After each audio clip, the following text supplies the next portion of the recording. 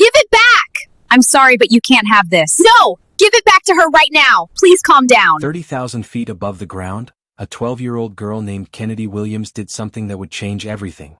She lunged forward, her small frame moving with the precision of someone twice her age, and snatched her sister's inhaler from the hands of a flight attendant who had been holding it just out of reach.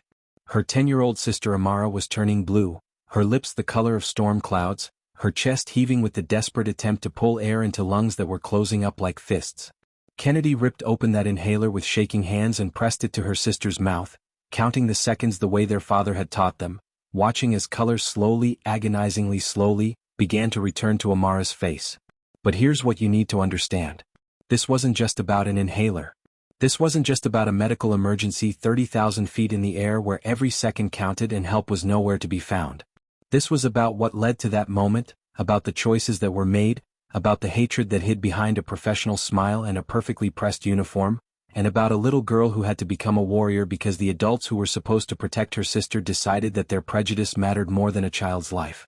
What you're about to hear is the story of how we got to that moment, frozen in time, where Kennedy's determination met Patricia Hendricks' cruelty, where a child's love collided with an adult's bias, and where everything that happened next would expose a truth that too many people pretend doesn't exist anymore. Stay with me because this story has layers you won't see coming, and by the end, you'll understand why a 12-year-old girl snatching an inhaler became the moment that exposed everything wrong with how we treat people who don't look like us, especially when their lives are literally on the line.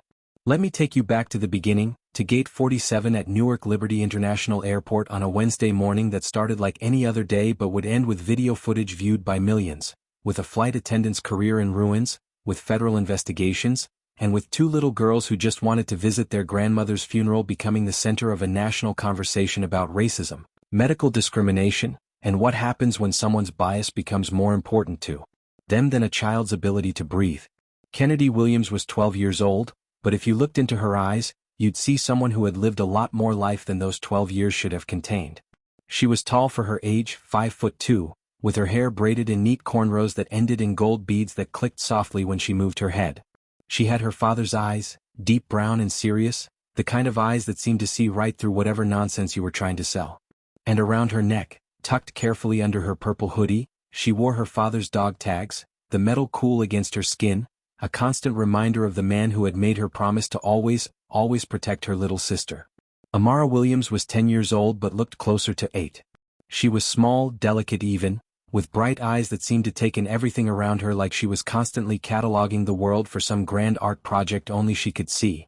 And that wasn't far from the truth, because Amara was never without her sketchbook, a battered spiral-bound notebook with pages filled with drawings of everything she saw. Birds in flight. People's faces. Her sister Kennedy drawn like a superhero with a cape. Their father, drawn from memory now, his smile still bright on the page even though he'd been gone for 2 years. Amara had severe asthma, the kind that had sent her to the emergency room more times than a 10-year-old should have to count. She'd had it since birth, her lungs just never quite working the way they were supposed to, always a little too sensitive, a little too quick to close up when the air got cold or the pollen got high or the stress got too much. She carried an inhaler everywhere, a small blue and white device that was as much a part of her as her sketchbook. She knew exactly where it was at all times. Kennedy knew where it was at all times. Their mother knew where it was at all times. Because that inhaler wasn't just medicine. It was the difference between Amara breathing and Amara suffocating, and everyone in that family understood exactly what that meant. Their mother, Dr. Nicole Williams, was exhausted in the way that single mothers who work double shifts at inner-city emergency rooms are exhausted. It was bone-deep, soul-deep, the kind of tired that sleep doesn't fix because it's not just about rest. It's about carrying the weight of 2 daughters alone after burying the love of your life. It's about being both mother and father, about working yourself to the bone to keep the lights on and food on the table and desperately trying, to give your girls some sense of normalcy when nothing about your life is normal anymore. Nicole was an ER physician at University Hospital in Newark and she was good at her job, great even. She could handle trauma that would make most people fall apart. She could make life or death decisions in seconds. She could stay calm when everyone around her was panicking. But when it came to her own daughters, when it came to Amara's asthma attacks or Kennedy's 2 serious eyes that reminded her so much of her dead husband, all that professional composure crumbled and she was just a mother, terrified and trying her best and hoping it was enough. This trip to Atlanta was supposed to be important but painful. Nicole's mother, the girl's grandmother, had passed away 3 weeks earlier at the age of 72. Grace Williams had been a force of nature, a civil rights activist who had marched with John Lewis, who had stared down police dogs and fire hoses, who had taught her granddaughters that standing up for what's right isn't optional, it's a requirement. The funeral had been delayed because Nicole couldn't get time off work, because the hospital was short-staffed, because medical residents kept calling in sick, because life doesn't stop just because you're grieving. But finally Nicole had managed to get 3 days off. She'd booked tickets on Flight 2847 from Newark to Atlanta, a direct flight that would get them there by early afternoon. They'd have the viewing that evening, the funeral the next day, and then they'd fly back and Nicole would return to her shifts, and the girls would return to school, and they'd all try to figure out how to keep living in a world that kept taking people away from them. Kennedy and Amara were excited despite the sad reason for the trip. They'd loved their grandmother fiercely, but they were also 12 and 10, and the prospect of flying, of being in the air, of looking down at clouds, still held magic for them. Amara had packed her sketchbook and 3 different sets of colored pencils. Kennedy had downloaded 6 books onto her tablet and packed snacks because she never trusted that airplane food would be enough or good enough for her sister who was picky about textures. They arrived at Newark Airport at 6 in the morning for an 8 o'clock flight because Nicole didn't believe in cutting things close. They checked their bags, went through security without incident, and made their way to Gate 47 where they sat in the uncomfortable black chairs and waited for boarding to begin. Amara drew pictures of the planes taking off outside the window. Kennedy read and kept one eye on her sister. Nicole answered work emails on her phone because the hospital didn't understand boundaries and apparently 3 days off didn't mean 3 days off. Flight 2847 began boarding at 7:30. First class first, then families with small children, then by zone number. The Williams family was in Zone 3, seats 24A, 24C, and 24D. Kennedy had the window seat in 24A because she liked to look out at the clouds. Nicole had the middle seat in 24C because she was the smallest of the 3 and middle seats are universally terrible, so she took one for the team. And Amara had the aisle seat in 24D across from them because she got anxious in window seats, feeling trapped, and the aisle gave her the illusion of escape if her breathing got bad. They boarded the plane, shuffling down the narrow aisle with their carry-on bags, Kennedy hauling both her backpack and Amara's because Amara was too small to manage the overhead bins. They found their row and started settling in, and that's when they first encountered Patricia Hendricks. Patricia was a flight attendant, 15 years with the airline, and she wore that experience like armor. Her blonde hair was pulled back in a regulation bun, not a strand out of place. Her makeup was perfect, foundation smooth, lipstick the exact shade of red that the airline required. Her uniform was crisp, pressed, every button gleaming, every crease sharp. She looked like the picture in the training manual, like the idealized version of what a flight attendant should be. Professional, competent, trustworthy. But if you looked closely, if you really paid attention, you'd see something else in Patricia's eyes when she watched Kennedy and Nicole and Amara settle into their seats. You'd see the way her smile tightened just slightly, the way her gaze lingered a little too long, the way she positioned herself in the aisle just close enough to their row to make it clear she was watching them. Patricia had a reputation among the crew, though it was never stated outright, never put in writing, never officially acknowledged. She was known for being particular about certain passengers. She found reasons to move people around if she decided they didn't belong in first class. She was quick to interpret normal behavior as threatening when it came from passengers who looked a certain way. She filed more passenger incident reports than any other flight attendant on the airline, and somehow, those reports always seemed to involve people of color. Families like the Williamses. But none of that was visible on the surface. On the surface, Patricia was the consummate professional, moving through the cabin with practiced efficiency, helping passengers stow their bags, offering assistance with a smile that never quite reached her eyes. Kennedy noticed her immediately. Kennedy had developed an instinct for this kind of thing, a radar for people who looked at her family differently, who made assumptions based on the color of their skin. It was a survival skill she'd learned early, watching how her mother's voice changed when talking to certain people, how her father used to position himself between his family and anyone who gave them certain looks. Kennedy was 12, but she knew how to read a room, and she could read Patricia Hendricks like a book written in large hostile print. Amara didn't notice. Amara was too busy arranging her things in the seat pocket in front of her, organizing her sketchbook and pencils, making sure her inhaler was right where she could reach it. She placed it in the seat pocket carefully, the way she always did, positioned so she could grab it without looking, muscle memory from years of asthma attacks teaching her exactly where it needed to be. Nicole was distracted, trying to fit her own bag into the overhead compartment, checking her phone one more time before they had to switch to airplane mode, making sure the hospital hadn't called with some emergency that would require her to get off this plane and abandon this trip the way she'd abandoned so many plans before. The plane continued to board, passengers streaming in, filling up the seats, the cabin getting warmer and more crowded with each passing minute. An elderly white woman made her way to first class, moving slowly with a cane, settling into seat 2A. This was Margaret Chin, though the Williams family didn't know her name yet, didn't know that she would become important later, didn't know that she was flying to Atlanta for the same reason they were, another funeral, another goodbye, her own grief making her watchful and aware of the grief in others. A white businessman in an expensive suit took his seat in first class, already on his phone, already typing furiously on his laptop before the plane even took off. This was Jonathan Pierce, and in his briefcase he carried documents about airline shareholder meetings and medical research funding and a photograph of his younger sister who had died of an asthma attack when she was 9 years old, 30 years ago now, but the grief still fresh enough to make him flinch when he heard a child cough. An Asian couple in their 40s settled into seats in the exit row, both carrying medical bags with hospital logos. Dr. James Park and Dr. Lisa Park, pediatric specialists heading to a conference in Atlanta, talking quietly about research papers and treatment protocols and their own 3 children back home in Boston. The plane pushed back from the gate right on schedule at 8 o'clock.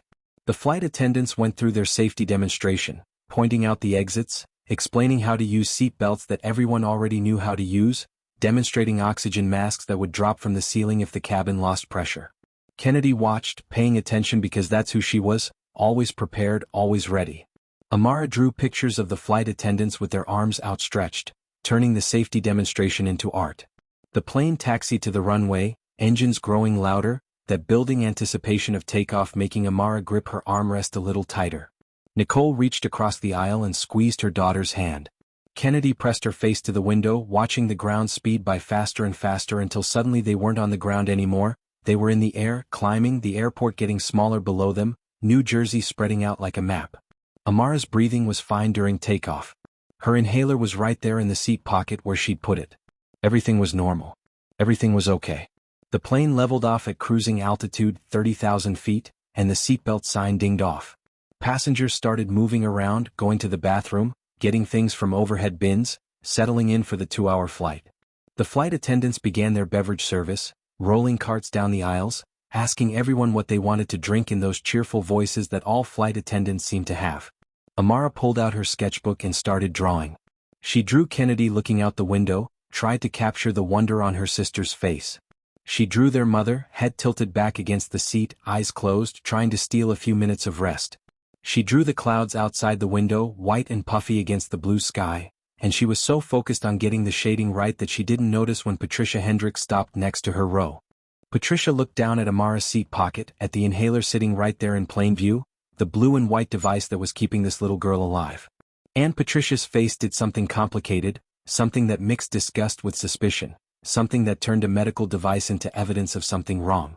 Patricia reached down and pulled the inhaler out of Amara's seat pocket. Amara didn't notice. She was drawing. Kennedy didn't see it. She was looking out the window. Nicole didn't see it. Her eyes were closed. Patricia took that inhaler and walked away with it, back toward the galley at the rear of the plane, and she did it smoothly, casually, like it was the most normal thing in the world, like she had every right to take a child's life-saving medication and remove it from that child's reach.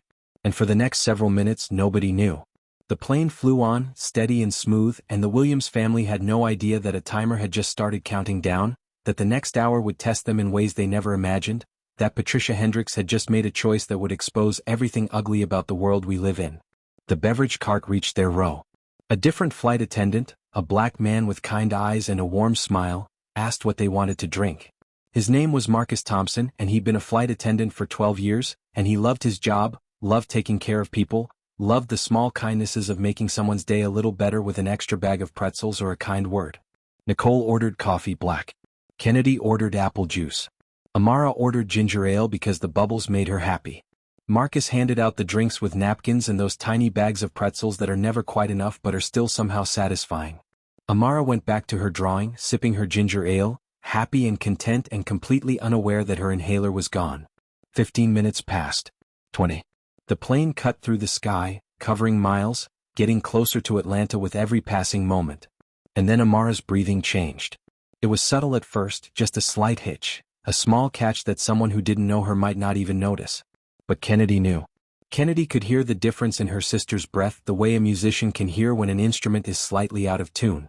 She looked over at Amara and saw that her sister's chest was moving a little faster, a little harder, working for air that should come easily. Kennedy's entire body went on alert, adrenaline flooding her system, every nerve suddenly focused on her sister. She watched Amara set down her pencil, watched her reach automatically for her seat pocket where her inhaler always was, watched her hand fumble in the empty pocket, searching, not finding. Amara's eyes went wide. Not finding the inhaler. Checking again, thinking maybe she'd put it somewhere else, maybe it had fallen. Looking down at the floor. Not there. Checking the other seat pocket. Not there. Panic starting to show on Amara's face now, her breathing getting faster, which was exactly the wrong thing when you had asthma, when you needed to stay calm, when panic could trigger a full attack. Amara reached across the aisle and tapped Kennedy's arm, and Kennedy saw the fear in her sister's eyes and understood immediately. Kennedy unbuckled her seatbelt and leaned across, started searching through Amara's seat pockets herself, thinking maybe the inhaler had just fallen behind something, maybe Amara had missed it. Not there. She checked under the seat in front of Amara. Not there. She checked under Amara's own seat. Not there. Nicole's eyes opened, that mother's instinct sensing something wrong even from sleep. She saw both her daughters searching frantically and was across the aisle in seconds, middle seat forgotten, kneeling in front of Amara, hands on her daughter's face, looking into her eyes. Amara's breathing was definitely labored now, her chest heaving, that distinctive wheeze starting to build in her throat, the sound that Nicole had learned to dread because it meant her daughter's airways were constricting, closing up, making it harder and harder to pull in air. Nicole's physician training kicked in, her voice calm even though her heart was racing. She told Amara to breathe slowly, in through the nose, out through the mouth, nice and easy. She rubbed Amara's back in slow circles the way she'd done 100 times before. But she knew with absolute certainty, that this wasn't going to be enough. Amara needed her inhaler. Needed it now. Nicole stood up, looking around the cabin, searching for a flight attendant, and that's when Patricia Hendricks appeared, walking down the aisle with that same professional smile, as if she didn't have a care in the world. Patricia stopped next to their row and Nicole saw her, and relief flooded through her because here was help, here was someone who could help them find the inhaler that had somehow gone missing. Nicole kept her voice level, professional, doctor to service worker, explaining the situation calmly. Her daughter's inhaler was missing. They'd searched everywhere. They needed help finding it. Her daughter had severe asthma and needed that medication. And Patricia's smile didn't waver. She asked what the commotion was about, like Nicole hadn't just explained, like the sight of a 10-year-old girl struggling to breathe wasn't self-explanatory. Nicole explained again, slower this time, clearer, making sure Patricia understood the urgency. The inhaler. Missing. Daughter. Asthma. Need it now. And Patricia said, with that same calm smile, that she had removed it during her safety check. That medications needed to be verified. That the inhaler was in the galley and she would retrieve it after she verified it with the captain. Nicole felt something cold slide down her spine. Because that wasn't FAA policy. That wasn't any policy. Nicole had flown dozens of times with Amara, and never once had a flight attendant confiscated her daughter's inhaler. Medical devices were allowed. Personal medications were allowed. What Patricia was saying made no sense. Nicole said so. Said she was a physician. Said that wasn't policy. Said her daughter needed that inhaler immediately. Said this was a medical emergency. And Patricia's smile finally changed. It hardened. Her voice took on an edge, condescending and cold. She told Nicole to calm down. To return to her seat. That she had this under control. But Amara's breathing was getting worse, and Kennedy could see her sister's lips starting to change color, that horrible blue-gray that meant her oxygen levels were dropping, and everything their father had taught them was running through Kennedy's mind like a checklist. Stay calm. Assess the situation. Take action. Protect your sister. Other passengers were starting to notice now.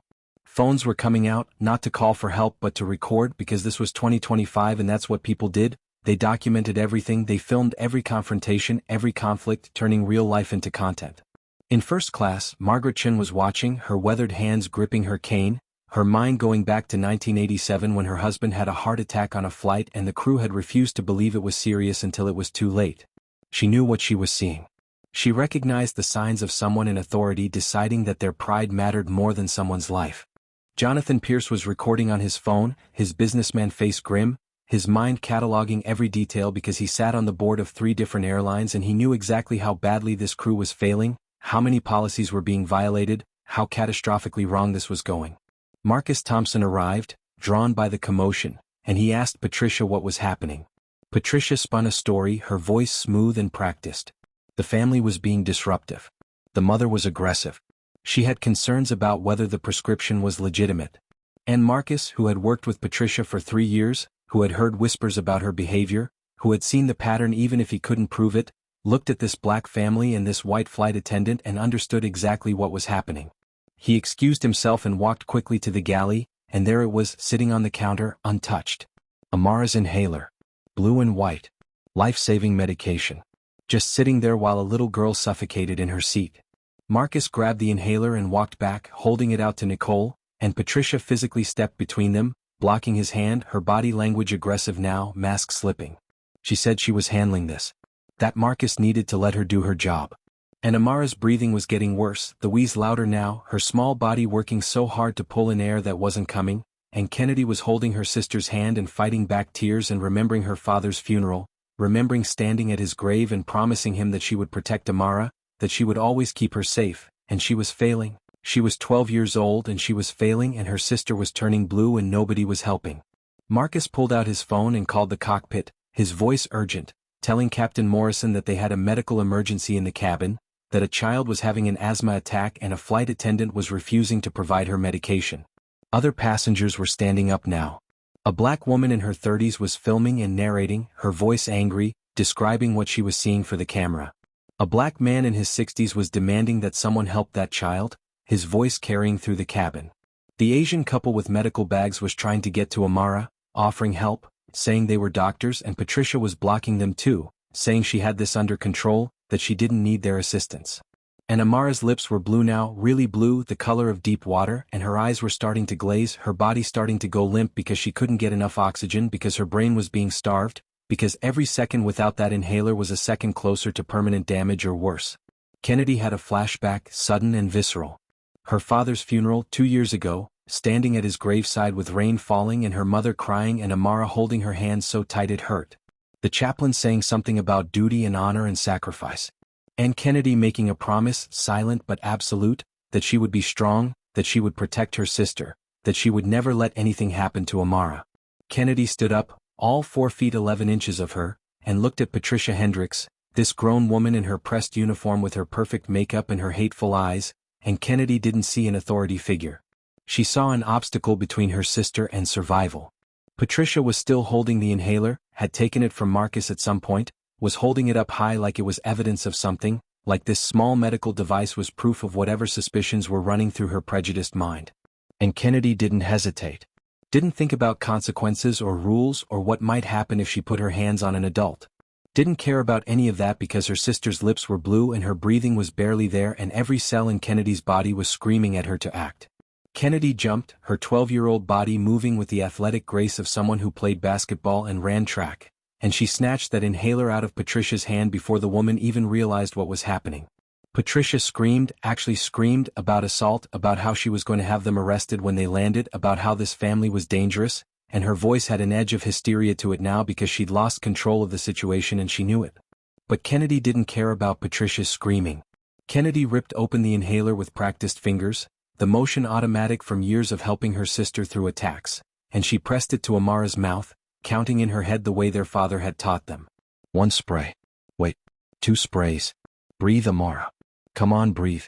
Amara's eyes focused on Kennedy's face, trusting absolutely, and she tried to breathe in as Kennedy administered the medication, tried to pull the medicine into her closing airways, tried so hard to do what her big sister was telling her to do. And for a horrible moment, nothing happened. Amara's lips stayed blue, her breathing stayed labored, and Kennedy thought she'd been too late, thought she'd failed, thought she was going to watch her sister die right here in this airplane seat. But then, slowly, agonizingly slowly, Amara's breathing started to ease. The medication was working, opening up her airways, letting oxygen back in. Color started returning to her lips, pink replacing blue, life replacing the shadow of death. Kennedy wrapped her arms around her sister, holding her close, and Amara buried her face in Kennedy's shoulder and cried, big gasping sobs that were actually a good sign because it meant she could breathe enough to cry. Nicole was there, her physician composure completely shattered, checking Amara's pulse, looking at her color, making sure she was really okay, and crying herself because she'd almost lost her daughter and she didn't know if she could survive losing anyone else. And Patricia was still screaming and passengers were shouting at her, and Marcus was trying to restore order, and then a voice came over the intercom, calm and authoritative and absolutely done with whatever was happening in the cabin. Captain James Morrison's voice filled the plane, and he said 5 words that changed everything. Patricia Hendricks, report to the flight deck immediately. The cabin went silent except for Amara's crying and the hum of the engines. Patricia's face went pale, all that artificial color from her makeup standing out in stark relief against skin that had suddenly gone white. She knew what that tone meant. She knew she'd crossed a line. But she tried one more time, tried to salvage this, turning to Marcus and saying that the family had assaulted her, that she wanted them arrested when they landed. And Marcus looked at her, this man who had bitten his tongue about her behavior for 3 years, who had tried to be collegial, who had given her the benefit of the doubt more times than she deserved, and he said very quietly that she needed to go to the flight deck now. Patricia walked toward the cockpit, her perfect posture slightly slumped, her confidence cracking, and every passenger in that cabin watched her go, and some of them were still filming, and all of them knew they'd witnessed something important, something that would matter beyond this flight. Marcus knelt down next to Amara, this experienced flight attendant with 12 years of service and more kindness in his eyes than Patricia had in her entire body. He wrapped an emergency blanket around Amara's shoulders, the silver fabric reflecting the overhead lights. He told Amara she was so brave. He told Kennedy she did exactly the right thing. He told Nicole over and over that he was sorry that this should never have happened, that he was so sorry. And from first class, Margaret Chen was making her way down the aisle, moving slowly with her cane but moving with purpose, and she settled into the empty seat next to Nicole and introduced herself. Her voice was soft but strong, the voice of someone who had lived through her own trauma and recognized it in others. She told Nicole that her granddaughter was the co-pilot on this flight, that she'd heard everything that happened through the crew channel that her granddaughter had left open intentionally, that she knew what it was like to watch someone you loved struggle to breathe while people in authority refused to help. Margaret told her own story, voice steady despite the pain in it. Her husband, 1987, heart attack on a flight. Crew didn't believe it was serious because he was a 60-year-old Chinese man and they assumed he was exaggerating. By the time they took it seriously, it was too late. She'd been fighting for better medical protocols on airlines for 37 years since then. 37 years of advocacy, of lobbying, of trying to make sure what happened to her husband didn't happen to anyone else. And here it was happening again, just with different details, different prejudices, but the same fundamental failure of humans to value other humans' lives. Jonathan Pierce appeared, this businessman in his expensive suit, and he asked Nicole if she minded if he used the footage he'd recorded. He told her who he was, that he sat on the board of directors for this airline and 2 others, that what had happened here was a violation of about 15 different policies and several federal regulations, and that he wanted to make sure there were consequences. Nicole, still holding Amara, still trying to process what had just happened, could only nod. The Dr. Park couple had finally made their way through the crowd of passengers, and they introduced themselves gently, asking if they could examine Amara just to make sure she was stable. Nicole, recognizing the calm competence of fellow physicians, agreed immediately. Dr. Lisa Park pulled out a pulse oximeter from her medical bag and clipped it onto Amara's small finger, watching the numbers climb back into the normal range. Dr. James Park listened to Amara's lungs with a stethoscope, nodding with satisfaction as he heard the airways opening back up, the wheeze diminishing. They told Nicole that Amara would be fine, that Kennedy had acted fast enough, that the medication had done its job. But they also told her something else, something that made Nicole's blood run cold. They said that another 2 or 3 minutes without that inhaler, and they would have been looking at hypoxia, potential brain damage, possibly cardiac arrest. They said that what Patricia had done wasn't just cruel or prejudiced. It was potentially lethal. Kennedy just held her sister, feeling the dog tags under her shirt, the metal that had been against her father's chest when he was alive, now against hers, a reminder that strength isn't about being fearless. It's about acting despite the fear. It's about protecting the people you love even when the world makes it dangerous to do so. Before we continue with what happened in that cockpit, I need to ask you something. Have you ever been in a situation where you knew something was wrong, where you could feel it in your gut, but the people in charge refused to listen? Where you had to choose between following the rules and doing what was right? Drop a comment below and let me know, because that choice, that impossible choice, is what Kennedy faced, and it's what too many people face every single day when bias meets power and someone's life hangs in the balance. Meanwhile, in the cockpit, Captain James Morrison was having a very different kind of conversation. He was a 20-year veteran of the airline, a black man who had fought his way up through every rank, who had dealt with his own share of discrimination, who had learned to navigate a world that didn't always want him to succeed. He'd seen a lot in 2 decades of flying, but what he'd just heard over the crew channel, what his co-pilot Sarah Chen had made sure he heard by leaving that channel open, had made his blood boil in a way that few things could. Patricia entered the cockpit, and Morrison told her to close the door behind her. His voice was calm, controlled, the voice of someone who had learned long ago that anger expressed loudly was anger that could be dismissed, but anger expressed quietly was anger that demanded to be taken seriously. He asked Patricia to explain what had happened. And Patricia tried. She tried to make it sound reasonable, tried to make it sound like she was just following procedure, just being cautious, just doing her job. She said the family had seemed suspicious. She said the mother had been aggressive. She said she'd had concerns about whether the prescription was legitimate. She said she was just trying to maintain order and safety on the flight. And Morrison listened to all of it without interrupting, and then he pulled up the security footage on the cockpit display. Because modern aircraft have cameras everywhere, including in the cabin, and those cameras had captured everything. They'd captured Patricia taking the inhaler from Amara's seat pocket when the girl wasn't looking. They'd captured her walking away with it, hiding it in the galley. They'd captured Nicole's desperate pleas for help. They'd captured Patricia's refusal to return the medication even as Amara turned blue. They'd captured Marcus trying to help and Patricia blocking him. They'd captured Kennedy's desperate jump to save her sister's life. Morrison played the footage without commentary, just let Patricia watch her own actions reflected back at her, and he watched her face as she realized that there was no spinning this, no making this sound reasonable, no way to justify what she'd done. Sarah Chen, the co-pilot, spoke up for the first time. She was Korean-American, ex-military, and she'd been taking notes this entire time, documenting everything, because she'd suspected for months that Patricia was a problem but had never been able to prove it. She told Morrison that this wasn't the first time. She said there had been 3 other complaints in the past 18 months, all from passengers of color, all claiming that Patricia had treated them with suspicion and hostility, all buried by middle management who didn't want to deal with the paperwork or the potential lawsuit. Sarah had files. She had dates. She had names.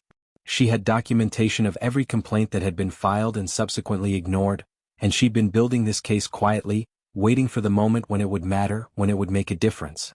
And this was that moment. Morrison looked at Patricia, and he asked her one simple question. He asked her why she had taken a little girl's inhaler and refused to return it even when that little girl was turning blue and struggling to breathe. And Patricia, her defenses finally crumbling, said something that would be recorded on the cockpit voice recorder, something that would be used as evidence in multiple investigations, something that would expose the truth she'd been hiding behind her professional smile for 15 years. She said she didn't trust that the prescription was real because that family looked like the type to be on welfare, to be abusing the system, to be trying to get free medications they didn't need. She said she'd seen it before with people like them. People who took advantage. People who couldn't be trusted. People who probably shouldn't even be able to afford to fly. And there it was. The truth, naked and ugly, stripped of all the professional language and careful phrasing. Patricia Hendricks had nearly killed a 10-year-old girl because she had decided, based on nothing but the color of their skin, that this family was somehow fraudulent, somehow less deserving of basic human dignity and care. Morrison's face didn't change. He didn't yell. He didn't curse. He simply told Patricia that she was suspended effective immediately, that upon landing she would be escorted off the aircraft by airport security, that her flight attendant license would be recommended for permanent revocation, and that the airline's legal department would be in contact with her regarding the multiple federal violations she had just committed. Patricia tried to walk it back then. Tried to say she didn't mean it that way, that Morrison had misunderstood, that she was just stressed and overwhelmed and made a mistake in judgment. But the cockpit voice recorder had captured every word, and Sarah's notes had documented every second, and there was no walking back from this. No explaining it away. No making it sound like anything other than what it was. Morrison told Patricia to wait in the rear galley for the remainder of the flight, supervised by Marcus, and not to interact with any passengers. He told her that if she so much as looked at the Williams family again, he would have her restrained in her seat for the remainder of the flight. His voice was ice cold, the voice of a man who had spent 20 years being professional in the face of racism and had finally reached his limit. Patricia left the cockpit, and Morrison and Sarah sat in silence for a moment, the weight of what had just happened settling over them. Sarah told Morrison that she was proud of him, that he'd done exactly what needed to be done. Morrison said he was tired of being proud. He was tired of having to be twice as good to get half the respect. He was tired of watching people like Patricia get away with this behavior for years because nobody wanted to make waves. He was tired of a system that protected the wrong people and failed the vulnerable. But he was also a pilot, and they still had a plane to land, so he composed himself and contacted Atlanta Tower and informed them they would need medical personnel standing by for a child who had experienced a severe asthma attack. He contacted the airline's operations center and informed them they would need security and management at the gate for an incident involving a flight attendant. He made sure that every I was dotted and every T was crossed, because he knew that this wasn't over, that this was just beginning, and he wanted to make absolutely certain that there was no procedural error that could be used to protect Patricia or discredit what had happened. Back in the cabin, the atmosphere had shifted. The passengers who had witnessed everything were talking quietly among themselves, some still recording, some sharing contact information because they knew they might be called as witnesses. The Williams family was surrounded by a protective circle of strangers who had become allies, people who had seen something wrong and decided they wouldn't be silent about it. Marcus brought hot tea for Nicole, juice for both girls, and extra blankets. He sat with them for a while, just being present because sometimes that's all you can do. He told them about his own experience, about being 11 years old and having an allergic reaction on a flight to peanuts that he didn't know were in the snack he'd been given. He told them about how the flight attendants had panicked, about how one of them had accused his mother of overreacting, about how he'd almost died because adults decided their judgment was more important than a child's medical emergency. He told them that story had stayed with him for 33 years, had been part of why he became a flight attendant, because he wanted to be different, wanted to be the person who listened, who helped, who made sure that what happened to him never happened to anyone else. And yet here it was, happening again in his cabin on his watch, and he felt like he'd failed even though logically he knew he'd done everything right. He'd gotten the inhaler. He'd called the captain. He'd documented everything. But it didn't feel like enough because a little girl had almost died and that would never be okay. Amara was recovering, her breathing back to normal, the color returned to her face. She'd stopped crying and was now drawing again because that's what 10-year-olds do, they process trauma through whatever means they have available, and for Amara that meant art.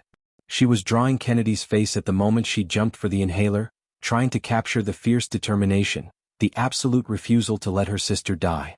It wasn't a perfect drawing, the proportions were a little off and the perspective was skewed, but it captured something true, something important.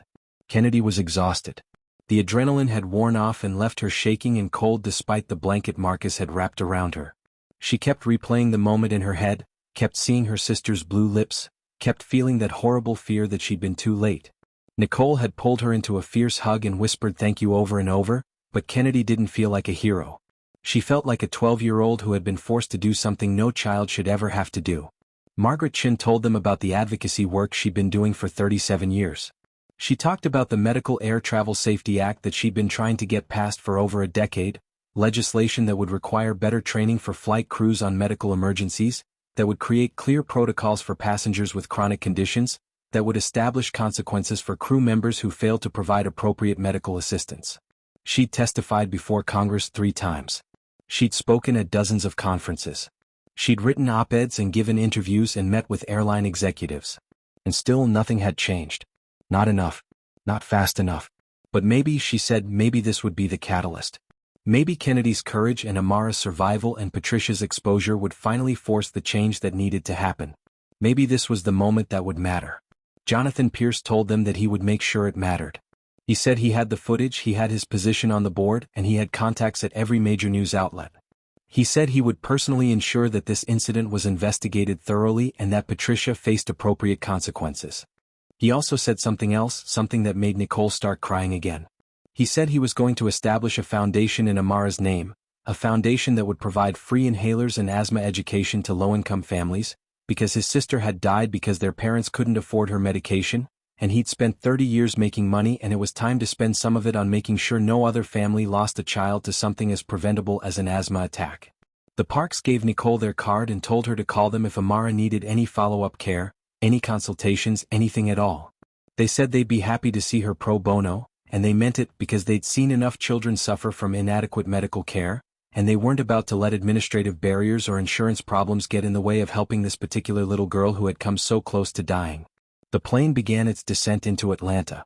The captain made an announcement, his voice careful and professional. saying that there had been a medical emergency on board that had been resolved, and that upon landing certain passengers would be asked to remain seated briefly while the situation was handled. He didn't mention Patricia by name, but everyone in the cabin knew exactly what he was talking about. The landing was smooth, textbook perfect, the kind of landing that Morrison could do in his sleep after 20 years of flying.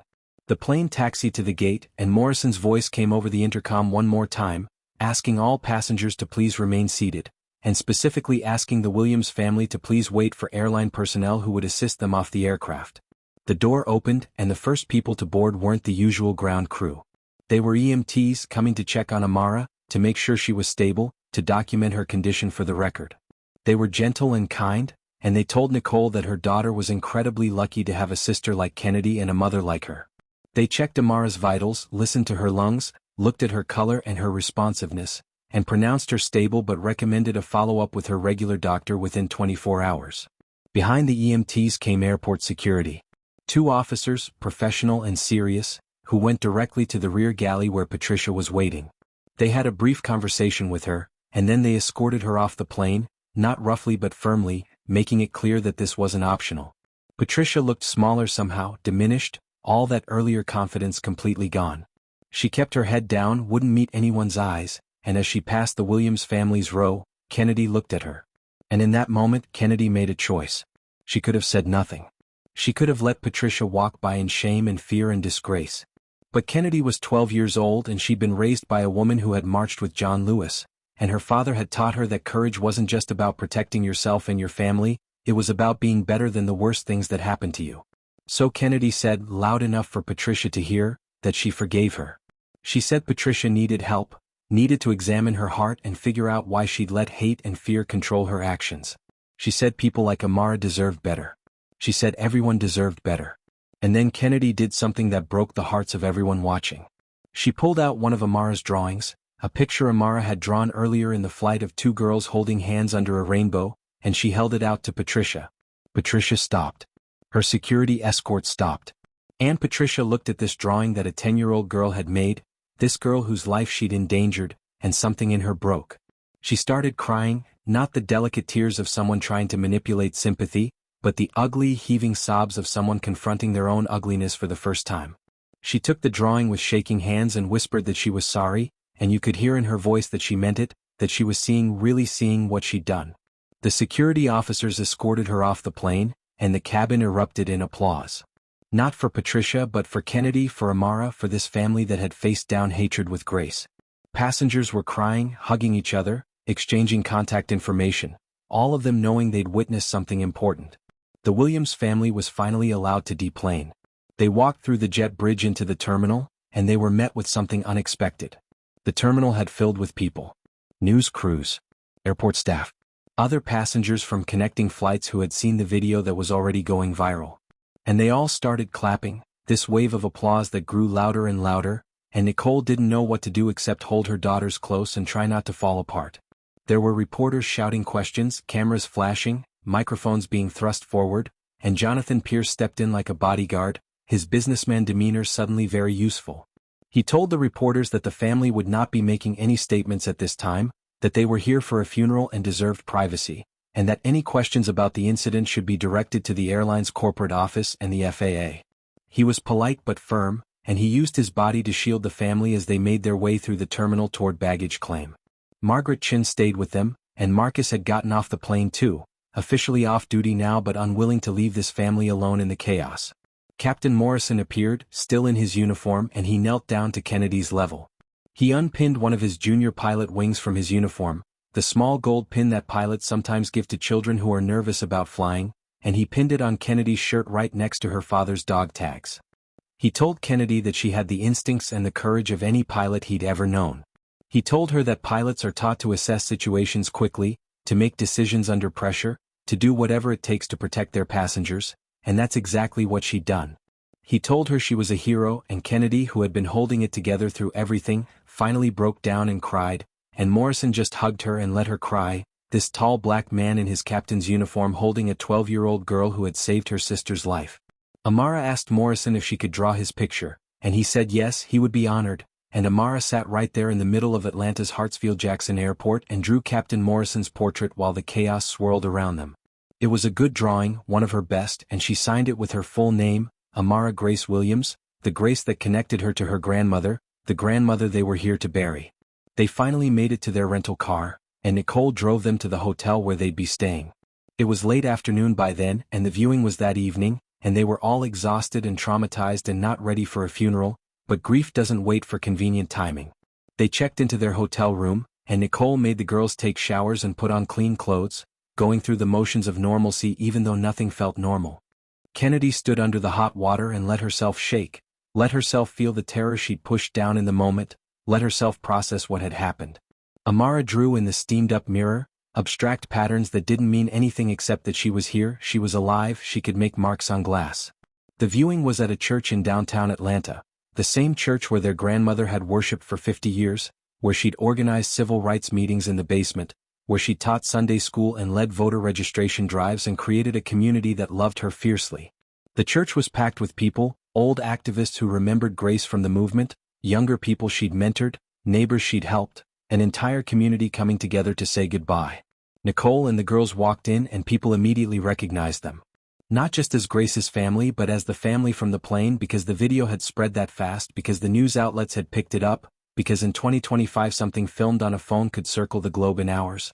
People came up to them, told them they were brave, told them they were proud, told them what happened on that plane was exactly the kind of thing Grace would have done, standing up to injustice, refusing to accept cruelty as normal.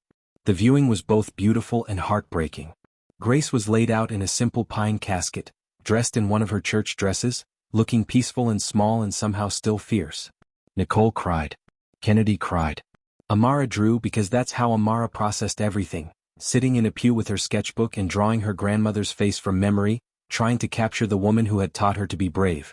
They stayed until the church closed and then they went back to the hotel and tried to sleep, but nobody slept much. Nicole kept checking on both girls throughout the night, making sure they were breathing, making sure they were real, making sure she hadn't lost anyone else. The funeral was the next morning, and the church was even more packed than it had been for the viewing. People stood in the aisles. People sat on the floor. People crowded in the doorway and listened from the hallway because there simply wasn't room for everyone who wanted to be there. The service was powerful. There were hymns that shook the rafters, testimonies that made people laugh and cry, stories about Grace that painted a picture of a woman who had never stopped fighting, who had never stopped believing that the world could be better, who had taught everyone she met that standing up for what's right isn't optional.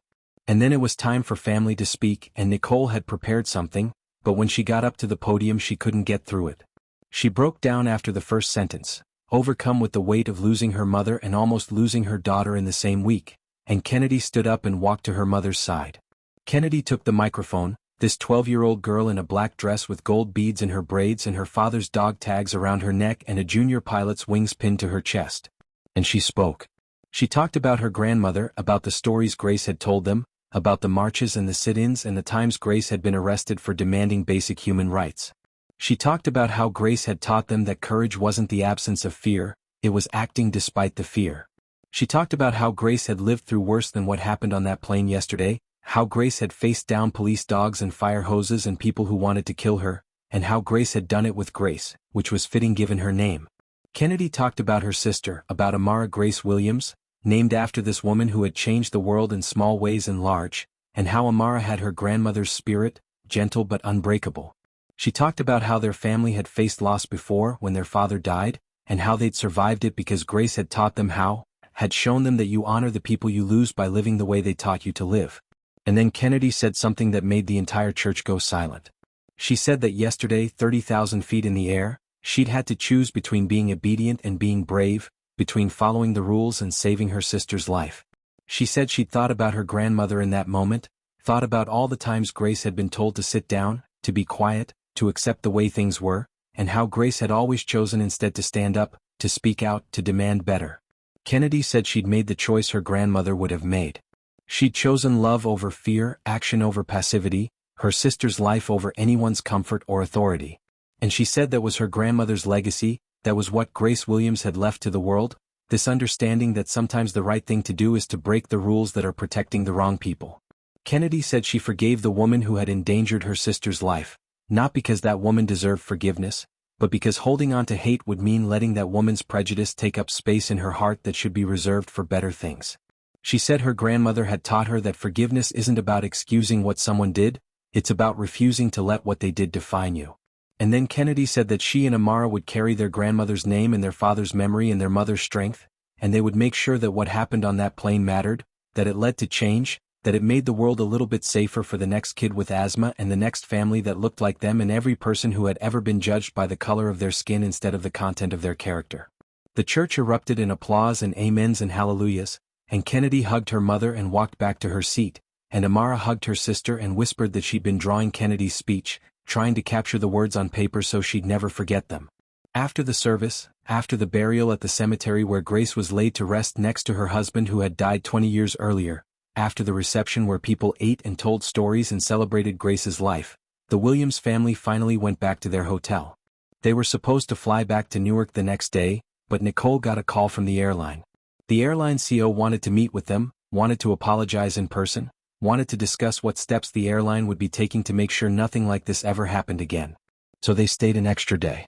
And the next morning they went to the airline's Atlanta headquarters, and they sat in a conference room with the CEO and the head of HR and the chief of operations and a legal team that looked very nervous. Jonathan Pierce was there too because he'd been calling in favors and making demands, and Margaret Chen was there via video call, because she'd been waiting 37 years for this conversation. The CEO apologized. Not a corporate non-apology, not a carefully worded statement drafted by lawyers, but a real apology. She said what had happened was inexcusable, that Patricia Hendricks had been terminated and would face federal charges, that the airline was implementing immediate changes to their training and protocols, and that they wanted to work with the Williams family and with Margaret Chen to make sure those changes were real and meaningful. She said they were creating a new position, Director of Medical and Accessibility Services, and they were asking Margaret Chen to fill it. She said they were implementing mandatory bias training for all flight attendants, with real consequences for those who failed. She said they were establishing a partnership with the foundation that Jonathan Pierce was creating in Amara's name, and that every flight would now carry expanded emergency medical kits. She said they were instituting a new policy that any passenger who reported discrimination would trigger an automatic third-party investigation, and that the results of those investigations would be made public. She said they were done protecting employees who endangered passengers, done pretending that bias wasn't a safety issue, done being part of the problem.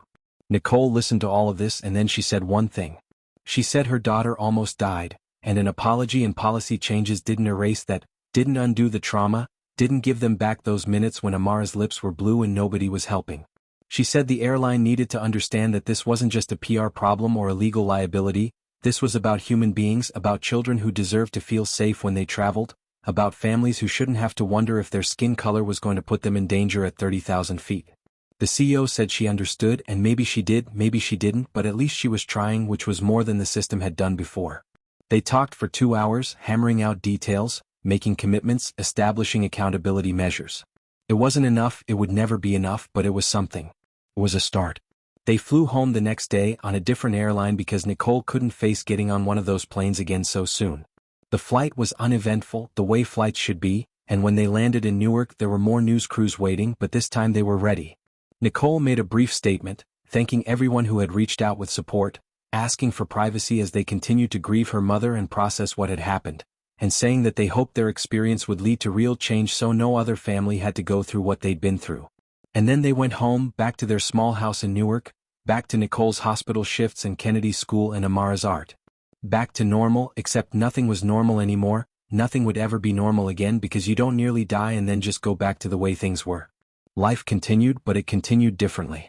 Kennedy went back to school and found herself a minor celebrity, which she hated. Kids wanted to take selfies with her, teachers treated her differently, everyone had an opinion about what she'd done. She just wanted to be 12 again, wanted to worry about homework and basketball tryouts and whether the boys she liked would notice her, not about being a symbol or an inspiration or whatever people needed her to be. Amara went back to school too, and she was quieter than usual, which worried Nicole because Amara had always been the joyful one, the one who found magic in everything. But Amara was processing trauma the only way she knew how, through her art, and her sketchbook filled with images from that flight, from the funeral, from her grandmother's face and Kennedy's courage and the moment when she thought she was going to die. Nicole went back to work, but she found she couldn't focus the way she used to. She kept thinking about how close she'd come to losing Amara, kept replaying the moment when her daughter's lips were blue, kept wondering what she could have done differently. Her colleagues noticed, started giving her the easier cases, the less critical patients, treating her like she was fragile when all she wanted was to feel competent again. But healing doesn't happen all at once. It happens in small moments, in tiny victories, in the gradual return of normal. 3 months after the incident, Kennedy made the school basketball team. 6 months after, Amara's art was selected for a youth exhibition at the Newark Museum.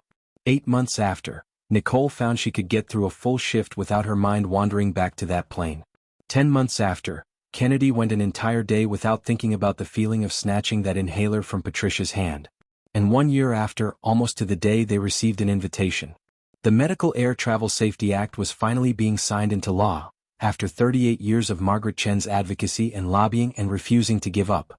The signing ceremony would be at the White House, and Margaret wanted them there, wanted Kennedy and Amara to be part of this moment when their trauma became the catalyst for change that would protect countless others. So they went to Washington and they stood in the Rose Garden while the president signed the legislation that would require better medical training for flight crews, that would establish clear protocols for passengers with chronic conditions, that would create real consequences for discrimination that endangered lives. Margaret was there, crying and smiling, holding the hand of her granddaughter Sarah, the co-pilot who had made sure Captain Morrison heard everything that happened. Jonathan Pierce was there, with documents showing that his foundation had already provided free inhalers to over 50,000 children. Marcus was there, now the airline's director of crew training, implementing the programs that would make sure the next generation of flight attendants understood that their job was to serve all passengers equally. Captain Morrison was there, still flying, still teaching younger pilots how to be better than the system that shaped them. And Patricia Hendricks sent a letter. She couldn't be there, she'd been prohibited from being within a certain distance of the Williams family as part of her sentence. But she sent a letter that Nicole read out loud to her daughters that night in their hotel room. Patricia had spent the last year in court-ordered therapy, working with a counselor who specialized in helping people confront their own prejudices. She'd lost her job, her career, her reputation, and she said she deserved to lose all of those things. She said she was working at a community center now, teaching conflict resolution to teenagers, trying to make sure the next generation didn't carry the hate she'd carried. She said she thought about Amara every single day, about how close she'd come to killing a child because of her own fear and ignorance. She said she was sorry and she would be sorry for the rest of her life, and she was trying to earn a redemption she knew she didn't deserve. Kennedy read that letter and felt something complicated. Not forgiveness exactly, because you don't forgive someone who nearly killed your sister. But maybe something adjacent to forgiveness, something like hope that people can change, that even someone capable of such cruelty might find a way to be better. Amara kept drawing. She drew the White House, she drew the moment the president signed the bill, she drew her sister with the junior pilot's wings still pinned to her jacket, she drew their grandmother's face from memory, trying to capture the pride Grace would have felt to see her granddaughters honored for their courage. And Kennedy? Kennedy was 15 now, taller, her voice changing in that way teenage voices do, her braids replaced with a different style, her body catching up to the maturity her eyes had always held. She'd started a YouTube channel where she talked about bias and discrimination, sharing her story but also amplifying other people's stories, creating a space for the conversations that needed to happen. She'd become an advocate, not because she wanted to be but because she couldn't not be, because once you've seen how broken the system is, you can't unsee it, and once you've found your voice you can't unhear it. She still wore her father's dog tags. She still had Captain Morrison's junior pilot wings. And she still remembered, every single day, the feeling of her sister's life balanced on a moment of decision, the choice between being obedient and being brave. 2 years after the incident, they got on a plane again. All three of them, flying to San Francisco for a conference where Kennedy had been invited to speak about youth advocacy and systemic change. Nicole was nervous, had taken anxiety medication for the first time in her life, couldn't stop checking that Amara's inhaler was in her daughter's pocket, in the seat pocket, in Nicole's purse, triple redundant because she would never take chances again. Amara was nervous too, but excited because she was 13 now and better at processing her fear, better at understanding that one bad experience didn't mean every plane ride would be dangerous. She'd brought her sketchbook, of course, filled with blank pages waiting to be filled with whatever she saw. Kennedy walked onto that plane with her head high, projecting confidence she didn't entirely feel, because that's what leaders do, that's what people who've been through fire do. They walk back into the places that scared them and they show everyone else that it's possible to survive, possible to heal, possible to keep living even after trauma. The flight attendant who greeted them was a young black woman named Jordan, and she'd been trained by Marcus, and she'd studied the Williams case in her certification course, and she knew exactly who they were. She thanked them, quietly and sincerely, for what they'd done, for the changes their courage had created. She showed them the new medical emergency kits on every flight, the expanded training all crew members now received, the protocols that were named after their grandmother, the Grace Williams Medical Assistance Guidelines. And then Jordan did something that made all three of them start crying. She pulled out a laminated card from her pocket, something all flight attendants now carried, and she read it out loud. It was a promise, a commitment that every crew member now made. It said they would treat every passenger with dignity and respect regardless of race, ethnicity, religion, or any other characteristic. It said they would prioritize passenger safety and medical needs above all other considerations. It said they would be better than the worst examples in their profession. It said they would remember that every passenger was someone's daughter, someone's son, someone's mother, someone's beloved, and that their job was to get everyone home safely. At the bottom of the card in small print were three names. Grace Williams, who had taught generations how to stand up for what's right. Amara Williams, who had survived. And Kennedy Williams, who had refused to let her sister die. The flight was smooth and uneventful, the way flights should be. Amara drew pictures of clouds. Nicole managed to sleep for a little while. Kennedy looked out the window and thought about her father, wondered if he could see her from wherever he was, wondered if he was proud of the person she was becoming. 3 years after the incident, Kennedy graduated high school at the top of her class, with scholarship offers from a dozen universities. She chose to study public policy and civil rights, because she'd learned that the real work of change doesn't happen in viral moments, it happens in the grinding, unglamorous work of policy and law and persistent advocacy. She wanted to be part of that work, wanted to build on what her grandmother had started and what her experience had catalyzed. Amara was 16 now, and her art had evolved into something profound, powerful images that dealt with themes of survival and resilience and the ways trauma changes you. She'd had her first gallery showing, all proceeds donated to asthma research and racial justice organizations, her grandmother's legacy alive in every brushstroke. Nicole had finally processed her grief and her trauma, had found a therapist who specialized in medical professionals dealing with PTSD, had learned how to carry the weight of what had happened without letting it destroy her. She still worked at University Hospital, still saved lives, but she also spent 1 day a week volunteering at a free clinic in Newark, making sure that the kids in her community had access to the medications they needed, that no parent had to choose between food and an inhaler, that no child would die because poverty was treated as a moral failing instead of a system failure. And Patricia Hendricks? She kept working at that community center, kept teaching teenagers about prejudice and privilege and the work of becoming better than your worst impulses. She would never fly again. She would never get back the career she'd lost.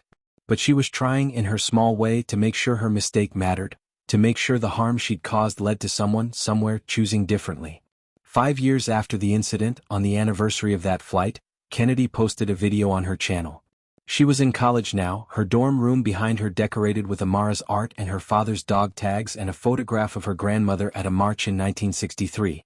She talked about healing, about how trauma doesn't have an expiration date, about how some days she still had nightmares about her sister's blue lips and her own feeling of helplessness in that moment before she jumped.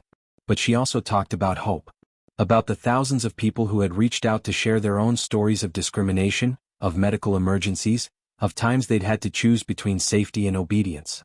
About the changes that had happened, the policies that had been implemented, the lives that had been saved because their story had forced a reckoning. She talked about her sister, about Amara in college now too, studying art therapy, wanting to help other kids process their trauma the way art had helped her process hers. She talked about her mother, about Nicole's strength and resilience, about the way her mom had held their family together through loss after loss after loss. And she talked about her grandmother, about Grace Williams, who had died 3 weeks before that flight, who had never known that her granddaughter would have to draw on every lesson she'd taught them, who had never seen the legacy she'd left become something more than marches and sit-ins, who had shaped 2 girls into young women who refused to accept injustice as normal. Kennedy ended that video with a question. She asked her viewers what they would do if they saw something wrong, if they knew the right thing to do was also the dangerous thing, if they had to choose between being comfortable and being brave. She asked them to examine their own biases, their own assumptions, their own moments when they'd chosen to look away instead of speaking up. She asked them to be better. And then she said something that would be quoted in think pieces and shared on social media and discussed in classrooms across the country. She said that courage isn't something you have, it's something you do. It's not a character trait you're born with, It's a choice you make in the moment when everything is on the line. Her father had taught her that. Her grandmother had lived that. And on a plane 5 years ago, when her sister was dying and the adults were failing and the system was breaking, she'd learned what that meant. She said strength isn't about being fearless. It's about loving someone so much that their breath becomes yours, their fight becomes yours, and you'll face down anything, even your own fear, even authority figures, even the possibility of consequences, to make sure they can breathe. She said that's what her grandmother had done for civil rights, what her father had done in his service, what her mother did every day in the ER, and what she'd done on that plane. She said it's what all of us are called to do when we see injustice, when we witness cruelty, when someone's humanity is being denied right in front of us. She said we all have inhalers we need to snatch from the hands of people who would rather see us suffocate than challenge their authority. She said we all have moments when we have to jump, even when we're not sure we can reach, even when we're terrified of falling. She said we all have a choice between the safety of silence and the risk of standing up. And she said she knew what her choice would always be because her sister had taught her what matters, because her grandmother had showed her what legacy means, because her father had whispered to her at his grave that she was the strong one, and because 30,000 feet in the air, she'd learned that sometimes love is the only thing strong enough to overcome hate, that sometimes a 12-year-old girl is braver than all the adults in the room, and that sometimes the most important thing you can do is refuse to let the people you love stop breathing. The video ended with a shot of Amara's drawing, the one she'd made 5 years ago, of Kennedy with angel wings and their father's face in the clouds. And the caption underneath read, "In memory of Grace Williams, 1953 to 2025. In honor of everyone who has ever had to fight for the right to breathe." That video got 17 million views. It was shown in schools and discussed in churches and referenced in congressional testimony when new civil rights legislation was being debated. It became part of the curriculum in flight attendant training programs in medical schools and diversity workshops. It became part of the conversation about what justice looks like, what accountability means, what it costs to stand up and what it costs to stay silent. And somewhere in a small house in Newark, Nicole Williams watched her daughter's video and cried, because she'd raised these girls alone after her husband died, and she'd worried every single day that she wasn't enough, that she couldn't be both mother and father, that her daughters would be broken by all the loss they'd experienced. But here they were, not just surviving but thriving, not just healing but helping others heal, not just carrying trauma but transforming it into something that mattered. Amara watched the video too, and she drew her sister's face one more time, older now, more confident, but still with those same serious eyes that saw through nonsense, still wearing those dog tags, still carrying the weight of being someone other people looked up to. Amara captured something in that drawing that photographs couldn't quite get, something essential about who Kennedy was, about the moment when a child had to become a warrior and a warrior had to remember she was still a child. And Kennedy? Kennedy turned off her camera and sat in her dorm room and felt the weight of responsibility that came with having a platform, with being a symbol, with having your worst moment become the thing that defined you to millions of strangers. It was exhausting and necessary and important, and sometimes she wished she could just be a college student worrying about exams and relationships and what she wanted to do with her life instead of being the girl who snatched the inhaler, the girl who wouldn't let her sister die, the girl who stood for something bigger than herself. But then she thought about Amara, about how her sister was alive and healthy and creating beautiful art that helped people process their pain. She thought about the thousands of messages she'd received from people telling her that her story had given them courage to stand up in their own situations, to report discrimination, to demand better, to refuse to accept cruelty as normal. She thought about the policies that had changed, the laws that had passed, the children who would be safer because what happened to her family had mattered. And she thought about her grandmother, about Grace Williams, who had marched and fought and sacrificed for decades, who had probably never known the full impact of her work, who had died before seeing the seeds she'd planted bloom into something beautiful. Kennedy understood now what legacy meant, understood that you don't always get to see the change you create, but you do it anyway because it's right, because someone has to, because the alternative is accepting injustice as inevitable. Kennedy opened her laptop and started writing her next video because the work wasn't done, would never be done, but that was okay. She'd learned from the best how to keep fighting even when you're tired, how to keep standing even when you want to sit down, how to keep breathing even when the world makes it hard. She'd learned that love is revolutionary, that courage is a choice, and that sometimes the most powerful thing you can do is refuse to let the people you love stop breathing, even when everything and everyone is telling you to sit down, shut up, and let the system work the way it's always worked. She'd learned that change doesn't happen because powerful people suddenly develop conscience. It happens because regular people, ordinary people, scared people, young people, people who have everything to lose, decide that enough is enough and they act despite their fear, despite the consequences, despite not knowing if it will matter. She'd learned that her grandmother was right. Standing up for what's right isn't optional. It's a requirement. It's the price of being human, of being part of a community, of living in a world where everyone deserves dignity and respect and the simple, basic right to breathe. 5 years after that flight, 10 years, 20 years later, the story of Kennedy Williams and her sister Amara would still be told. It would be taught in schools and referenced in court cases and held up as an example of what it looks like when ordinary people do extraordinary things. It would be simplified and mythologized and sometimes misremembered, the way all stories are when they become legend.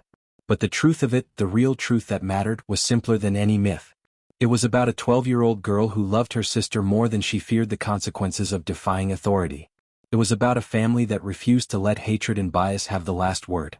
It was about a community that decided to witness and document and demand accountability. It was about a system that finally, reluctantly, was forced to change because the alternative was admitting that it valued comfort over justice and order over life. It was about breath. About the fundamental right to breathe, to exist, to take up space in the world without having to justify your humanity to people who have decided you're less than. About refusing to let anyone, no matter how official their uniform or how established their authority, decide that your life or your sister's life or anyone's life matters less than their prejudice. And it was about love. Because at the end of everything, when you strip away the politics and the policy and the legal proceedings and the media coverage and the speeches and the awards and the legacy, what mattered was that a big sister loved her little sister, and that love was stronger than hate, braver than fear, and more powerful than all the systems designed to make people like them small and silent and invisible. That love jumped when jumping seemed impossible. That love snatched an inhaler from hands that held it hostage. That love counted seconds and administered medication and refused to let death win. That love was grace under pressure and strength in fear and hope in despair. That love was everything their father had taught them and everything their grandmother had modeled and everything their mother had given them. That love changed the world, 30,000 feet in the air, in the space between blue lips and pink ones, in the moment when a child's courage shamed a system into being better. And if you take nothing else from this story, take this: you have that love in you too. You have that courage waiting for the moment when it's needed. You have that capacity to see injustice and refuse to look away, to see someone struggling to breathe and do whatever it takes to help them breathe. The question isn't whether you have it in you. The question is whether you'll recognize the moment when it comes, whether you'll jump when jumping is required, whether you'll be brave enough to love someone more than you fear the consequences of that love. Because somewhere, right now, someone is struggling to breathe. Somewhere, right now, someone's bias is more important to them than someone else's life. Somewhere, right now, a child is watching adults fail them and wondering if anyone will choose to be brave. What will you do when that moment is yours? Will you snatch the inhaler? Will you stand up even when sitting down is safer? Will you love loudly enough that it echoes beyond your own life into policies and laws and systemic change? Kennedy Williams did. And that made all the difference. If this story moved you, if it challenged you, if it made you think about your own moments when you had to choose between being comfortable and being brave, don't just watch and move on. Subscribe to this channel. Share this story. Start conversations about bias and justice and the cost of silence. Be the person who refuses to let injustice become normal. And remember, strength isn't about being fearless. It's about loving someone so much that their breath becomes yours, their fight becomes yours, and you'll face down anything to make sure they can breathe. That's the legacy of Grace Williams. That's the courage of Kennedy Williams. That's the lesson of Amara's survival. That's the truth we all need to carry forward. Now go be brave. The world needs you to jump. Every 3 minutes, someone has a severe asthma attack. Bias and discrimination in medical emergencies cost lives. This story is fiction, but the systemic issues are real. If you face discrimination, speak up. Document. Demand better. Your breath matters. Your life matters. Don't let anyone tell you otherwise.